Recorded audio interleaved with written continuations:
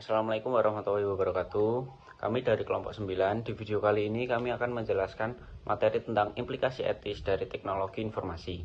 Sebelumnya, perkenalkan dulu anggota kelompok kami, dimulai dari saya, Raditya Raffi Maulana dengan NIM akhir 270. Saya Azahra Putri Pratama dengan NIM 24070200174. Perkenalkan, nama saya Ahmad Salman Alfarisi Iskandar dengan NIM 24070202179. Yang pertama adalah relevansi etika dalam teknologi informasi. Etika atau etik adalah sekumpulan kepercayaan, standar atau teladan yang mengarahkan yang masuk ke dalam seorang atau masyarakat. Menurut Arif, pengertian etika adalah prinsip-prinsip mengenai suatu yang benar dan salah yang dilakukan setiap orang dalam menentukan pilihan sebagai pedoman perilaku mereka.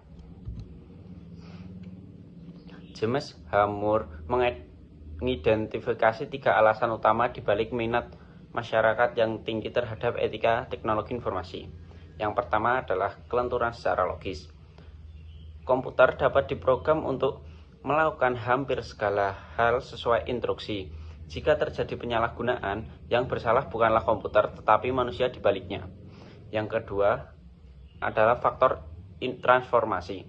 Komputer mengubah cara manusia beraktivitas secara drastis. Contohnya, email menciptakan cara komunikasi yang baru, bukan sekedar menggantikan surat atau telepon. Yang ketiga adalah faktor ketidaktampakan. Komputer sering dianggap sebagai kotak hitam. Operasi internalnya tidak terlihat oleh pengguna, menimbulkan potensi masalah etis tersembunyi seperti nilai programnya yang tidak tampak, yaitu keputusan etis yang disisipkan dalam kode. Yang kedua, penghitungan rumit yang tidak tampak, sistem kompleks yang sulit dipahami pengguna awam. Yang ketiga adalah penyalahgunaan yang tidak tampak, seperti pelanggaran privasi dan pengintaian. Yang selanjutnya ada hak sosial dan hak dalam teknologi informasi. Nah, menurut Richard Thomason sendiri ada 4 hak dasar manusia atau masyarakat terkait teknologi informasi, atau kita bisa singkat saja PAPA atau PAPA, di mana ini ada privacy, akurasi, property, dan accessibility. Nah, yang pertama kita ada privasi atau privacy, di mana hak individu untuk menjaga data pribadinya. Sebagai contoh pelanggarannya, para peneliti pemasaran sendiri seringkali ditemukan menyelidiki sampah orang lain untuk mempelajari produk apa yang mereka beli. Nah, selanjutnya ada keakuratan atau akurasi, di mana komputer mampu menciptakan akurasi tinggi tetapi tidak menjamin bebas dari kesalahan. Nah, sistem komputer sendiri bisa saja menyimpan lebih banyak kesalahan dibandingkan sistem manual. Yang ketiga, ada kepemilikan atau properti.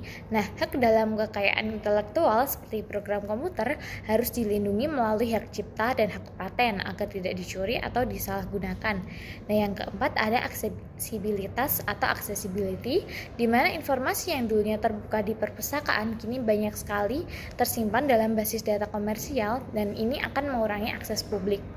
Oke, semuanya di sini selanjutnya itu ada identifikasi, regulasi, dan standar etika dalam sistem informasi itu sendiri. Di mana di sini ada 4 poin. Yang pertama itu perlunya ada budaya etika dalam organisasi TI. Kenapa sih?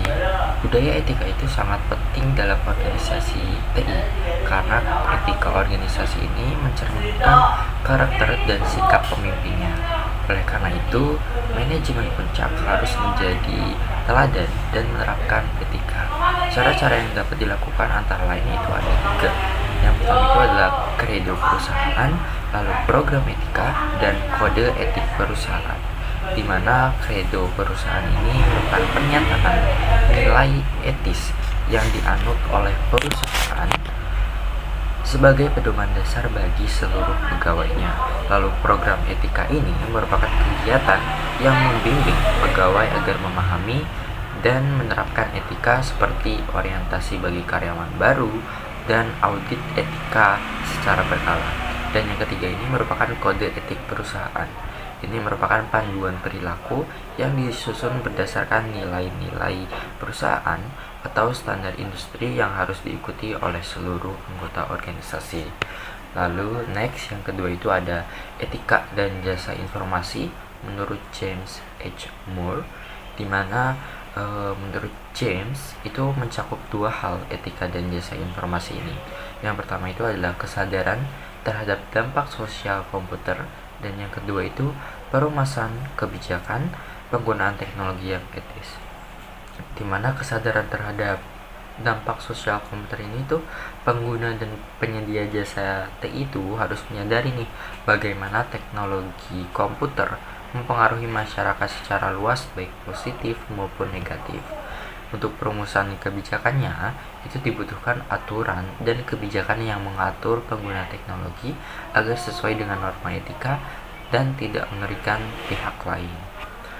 Lalu yang ketiga adalah kontrak jasa informasi menurut Richard Omison, di mana Omison ini mengusulkan konsep kontrak sosial dan jasa informasi untuk mengatasi permasalahan etika komputer.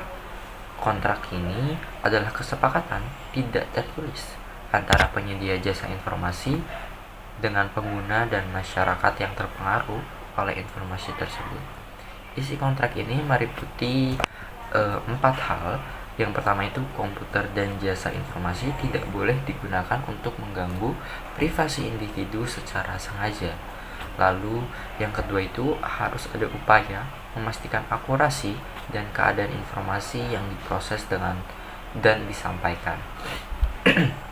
Lalu yang ketiga, hak kekayaan intelektual itu harus dilindungi agar tidak terjadi pelanggaran hak cipta dan paten. Lalu yang terakhir itu informasi itu harus dapat diakses secara adil oleh masyarakat agar tidak terjadi ketimpangan informasi dan keterbatasan akses. Lalu di sini yang terakhir ada kode etik profesi TI, di mana beberapa asosiasi profesional TI Amerika Serikat memiliki kode etik yang menjadi panduan bagi anggotanya dalam menjalankan profesionalitas secara etis.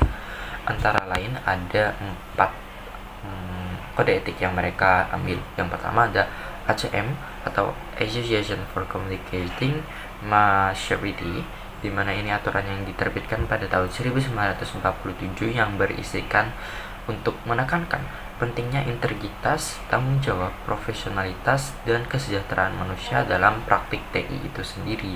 Lalu yang kedua itu ada DPMA atau Data Processing Management Association yang diterbitkan pada tahun 1951, di mana di aturan ini berfokus pada manajemen informasi yang efektif dan etis demi kebaikan perusahaan dan masyarakat.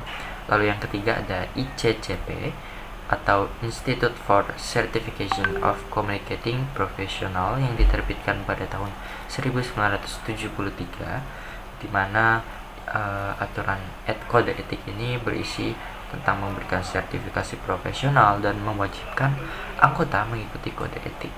Pelanggaran kode dapat berakibat pada pencabutan sertifikasi. Lalu yang terakhir itu ada ITAA atau Information Technology Association of America yang diterbitkan pada 1961, di mana aturan ini menekankan integritas dalam penyediaan jasa perangkap lunak dan komunikasi dengan klien.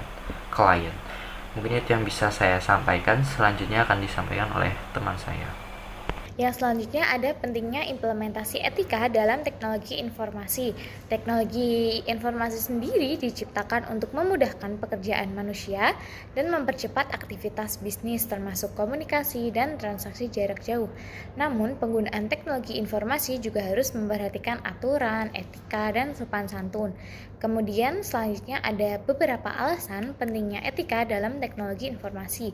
Yang pertama adalah pengguna teknologi informasi yang berasal dari berbagai negara yang memungkinkan memiliki budaya, bahasa, adat istiadat yang berbeda. Yang selanjutnya adalah dunia teknologi informasi bersifat anonim atau pengguna tidak wajib menyatakan identitas asli.